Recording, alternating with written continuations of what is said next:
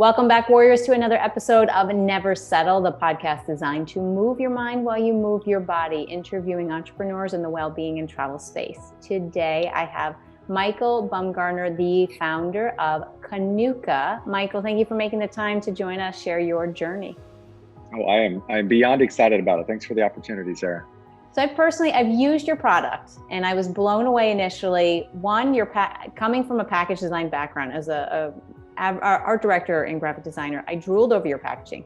Then you open it up and the product lives up to all the hype. I started using your cleanser first, but you have a full product line. Please, let's first back it up a step.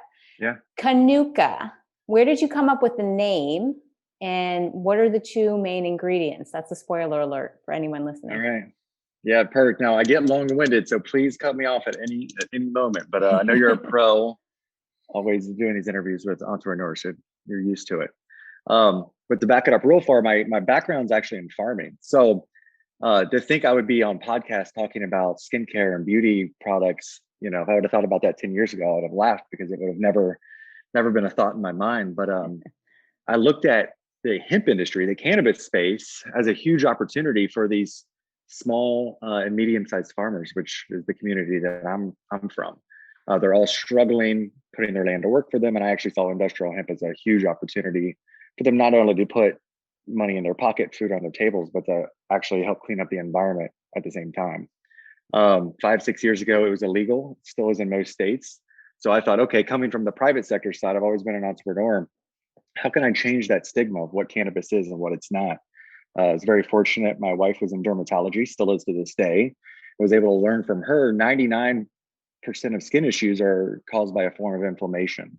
And a lot of the qualities of the cannabis plant help decrease and decrease that inflammation in a number of ways. So I thought, hey, light bulb number one, let's create a skincare brand, get this ingredient on people's skin so they can visually see a difference, and then get them excited and want to learn more about, why this works and why it's not and what it doesn't do. It was still very kind of taboo at the time when I really was getting into the cannabis industry. Even in skincare, I'm from the very rural, very conservative part of the world. So I wanted to create a more appealing and approachable brand. And I wanted to find that secondary ingredient to help complement the cannabis we use, the CBD, the hemp seed oil.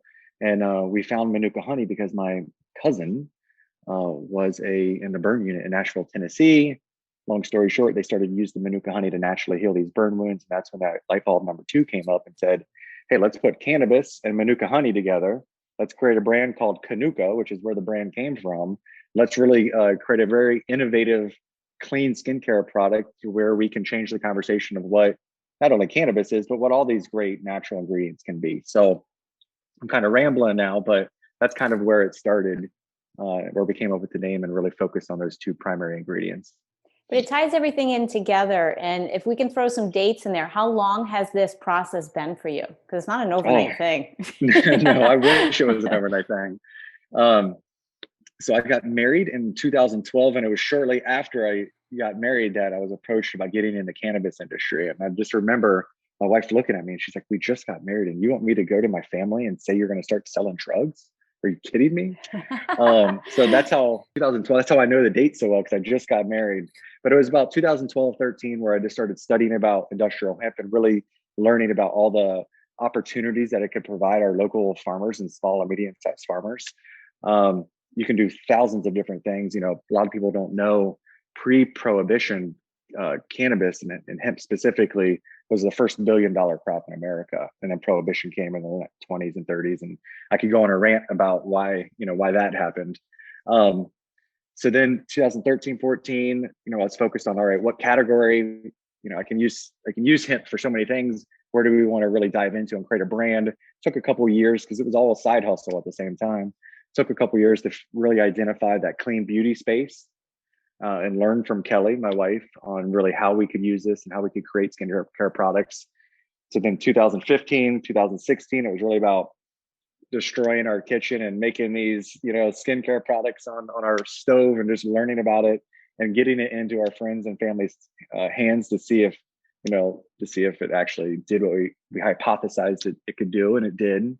Raised a small round late 2016, early 2017 for a soft launch, early 2018. So it was a six-year, path, always doing it as a side hustle until I was really able to raise some capital and go all in, and very knock on wood, I would knock on wood every day, but because we were able to focus on it and have some capital behind us, we were able to scale very quickly. Went from 0 to 2,500 doors within 16 months. Still to this day, I think we're the only CBD or cannabis brand to launch nationally with Ulta Beauty. You can find us in Neiman Marcus, Nordstrom, all the urban brands, you name it, we're there. But it definitely did not happen overnight. I'll reiterate that. And congratulations on that too, because that's quite remarkable. And there's a lot of pieces that you just shared that I want to break down. So the important part too, you started this in your kitchen, and I think that's in the market research of friends and family. You're the second person that I'm having this conversation with today who said the same thing. It's like, you look to your friends, you look to your family, you start doing your market research. What made you decide on skincare itself? Well, skincare came because it was like, the whole idea for me, it's like, how do I destigmatize cannabis, but also increase demand at such a rate where we're going to need more farmers to cultivate this to keep up with demand, supply and demand, right? And skincare came to me really because category fit in 2015, no one was doing it. Skincare, you don't have to explain what skincare is. When you're creating a brand and products, you're going to have to educate people what it is, right? If it's a new ingredient, if it's whatever. And my mind is like, I don't want to have to educate someone like what a new category is. I want them to know what the category is, because I'm going to put a lot of education into what this ingredient is and why it's not scary. And it was a very, I had it in our wheelhouse too. I'm all about developing good teams, because no one person can do everything. And I happen to have a genius for a wife who was able to educate me like what skincare is, why it's important, like how it affects our entire body because of her, career in dermatology. So the stars aligned in a number of ways, but I'm so glad we jumped into the skincare, because what I've learned through skincare, it's not only about skincare, it's about overall, like, probably say mental wellness as well. When people feel they look good, their anxieties down, there's so much more to the beauty industry than I even thought of before I got into it. And I love it now, because you really can make impacts on people in so many different ways, and in the environment if you're sustainable, and in a number of different ways. So it's a really cool industry. 100%. And you're tapping into different levels, of, like you said, well-being. I know myself, if I have a breakout, it's, when I travel, especially, my skin gets dehydrated, or, it's a change in climate, and it's like, okay, put the makeup on top of it. But when you have that outer confidence, it's inner and external inflammation, as you said before. And I found both of the products that are in Cannuka, both the Manuka honey and also CBD, to be very beneficial in my skin in particular. That was one of the things when I saw the brand, and I used to do a lot of branding with such. So I knew the breakdown of what Cannuka was. Yeah. And I was like, that's really cheeky. And I like the product because you can read and understand what is on there. And I think that that's really important, that you're not looking, you see, like when you start seeing numbers and, coloring, that makes you really, and these like words that end in INE, that's when you start to wonder, what is this that I'm putting on the largest organ of my body? And, the fact that you're also including sustainability, I applaud that. You mentioned about working with your wife. My family, I grew up working in a family business. How is that for the two of you dynamics? I'm sure there's a lot of benefits. What are both sides of? It's actually pretty good. So very early on in the business, we were, very hand in hand. But I would have to say is Kelly's a very independent person, and she loves working with patients, and she loves being a PA, and and she's owning that field. Early on, it was very hand holding, because I was just learning everything and she was teaching, as well as I was destroying our kitchen and all of that mess. But right now, I would say it's more like as an advisor role. It's really nice to be able to go, and when we have new ideas for new products, that be able to pick someone's brain that's in real time in the category, understands skin, understands different people's issues.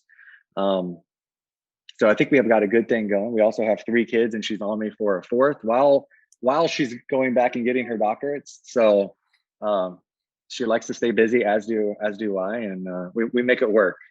So Kelly sounds like a superhero. I already she love is. her from how you're expressing. That's a beautiful team. So I have to give a product shout out now because I do have what you sent me here, and this is I have to show the outer packaging, and just the little details of what's on the inside. And I've been using the enzyme mask, which, pleasantly surprising, is so soft and subtle. It doesn't have an overwhelming, there's no chemically smell to it. And then here's where you can really see, if you're just listening, you'll have to check out the video of this, but you can see with the cleanser that it has the Manuka honey in it because it is a light yellow tincture. So I've really enjoyed using your products in the past couple weeks. What are 3 things in skincare that most people are not aware of that are toxic and harmful for them?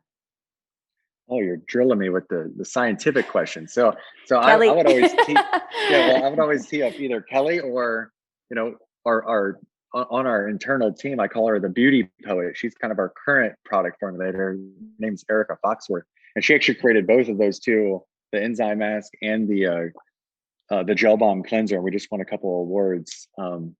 So that's a good question. For me, I didn't come from beauty, so it's gonna be hard for me to answer this because the only skincare products that I even have experience using are Cannuka. I grew up with a big tub of Vaseline pump soap. Maybe I would use in a bar of dial soap. What I have learned, and I might not be able to name all the specific ingredients, but what I have learned is kind of what you just said earlier.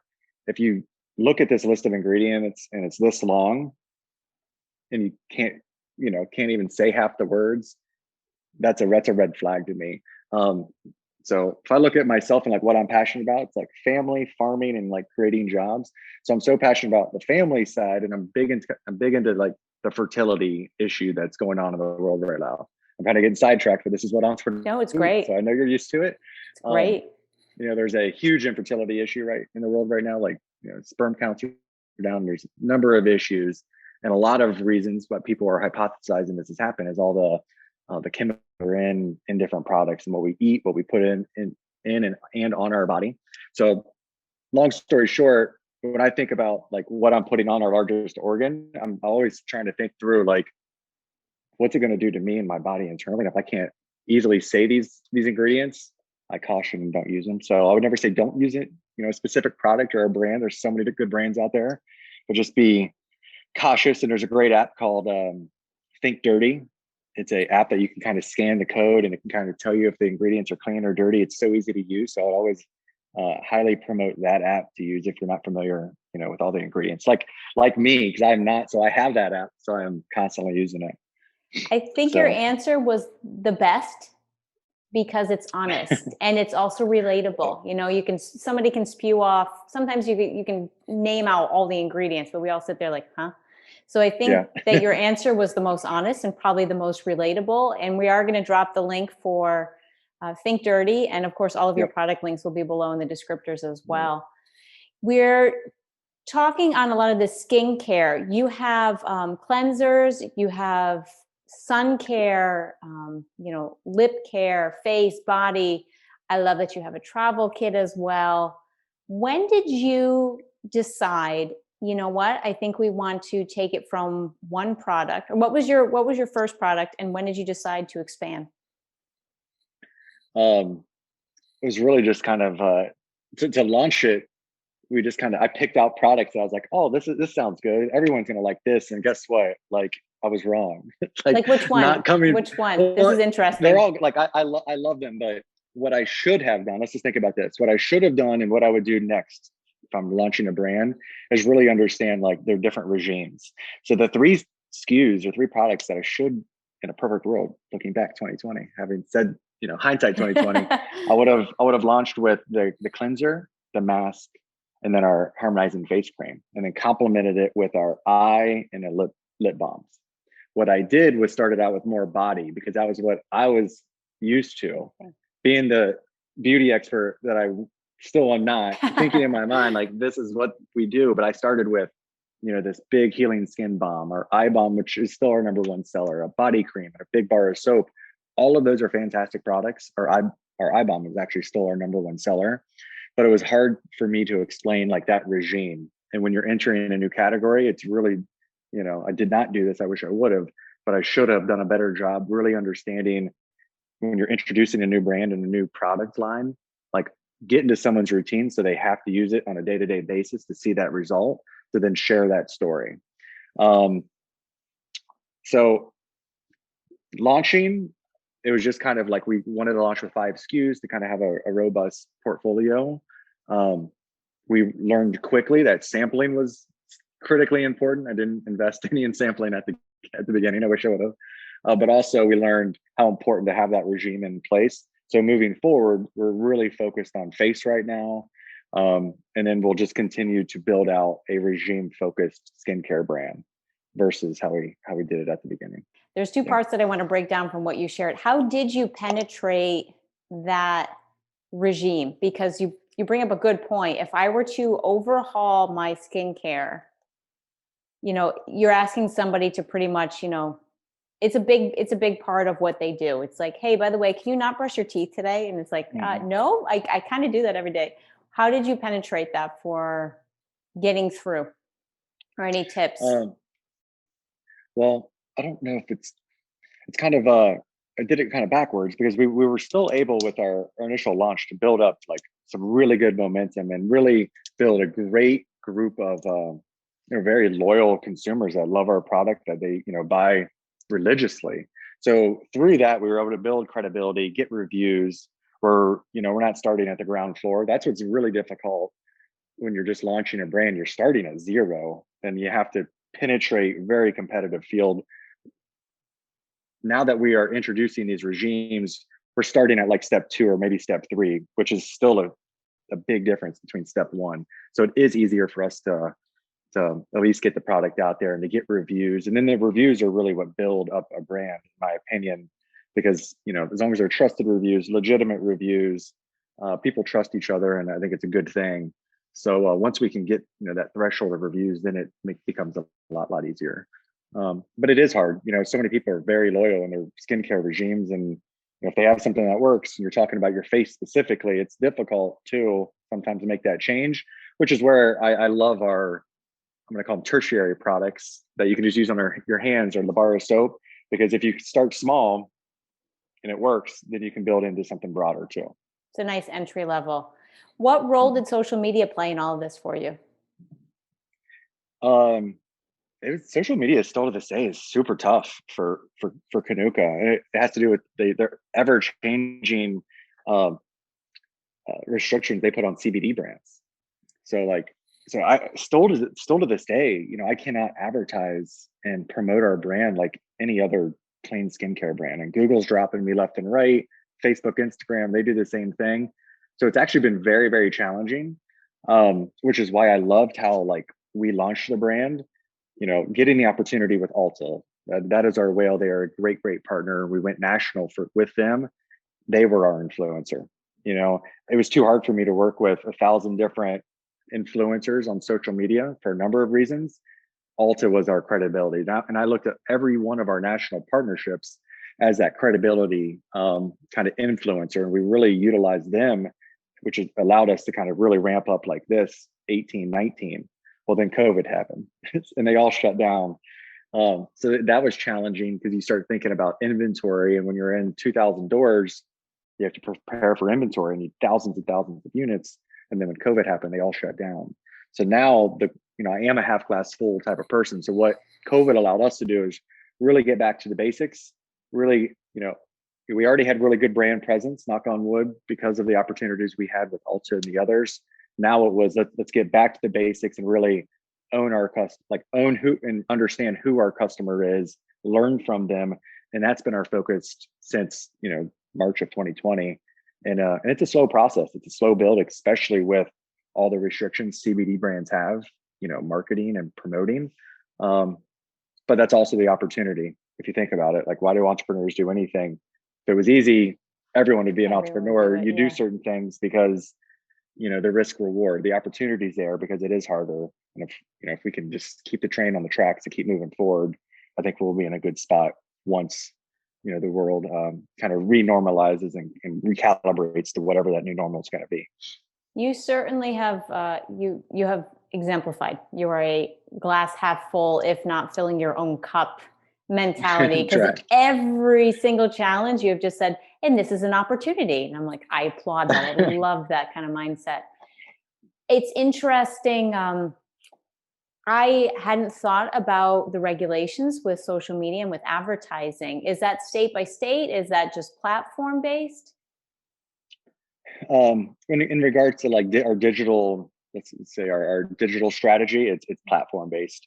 And what's really challenging is they're always changing the rules. So what ad we got approved yesterday on Google or Facebook or Instagram may not get, it'll get flagged today. As well as the like credit card processing challenges.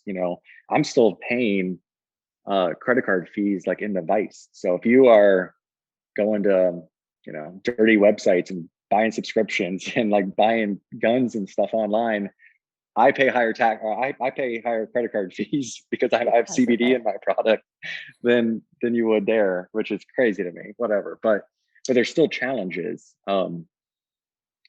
So you just have to overcome and keep moving forward. Good for you. What does settling mean for you? Settling mean for me, work with the people that I want in person or via Zoom from like some random farm in the middle of nowhere. That is like my goal. It's my dream. But that's settling, but never not working. I love what I do. I love building. I love teams. I love networking, but it'd be nice to do that in the middle of nowhere. It's really refreshing when I've asked everybody this question, and settling is like to not go above and beyond, it's to go with the flow. And you took that in such a different way. And I think that was so refreshing. You're like, no, actually someday I want to see myself here. It was in such a positive light. I love that. Yeah. I love that. That's Yeah, the beauty of doing these interviews. Yep. Where can we find Cannuka? Where can we find you? We're going to share all of it below in the descriptors, but an overarching, where can we find you? Love it. It's simple. Cannuka.com is our website, CANNUKA.com. And the easiest is obviously Instagram, and that's just at Cannuka. And then mine, and if you want to follow my bunch of kid pics and my micro influencer status, it's just Michael_Bum. Love it. And you can rest assured that there won't be any ads. So, it's not, they're not going to bombard you with ads. Michael, thank you so much for your time to join in and share your journey. It's very inspiring, and, the ups and the downs, I'm impressed, and just, I feel lighter talking with you. So thank you for this time. Thank you, Warriors, for tuning in to another episode of Never Settle. Stay tuned. Coming up, another journey with an entrepreneur in their wellness and travel endeavors. Talk with you soon.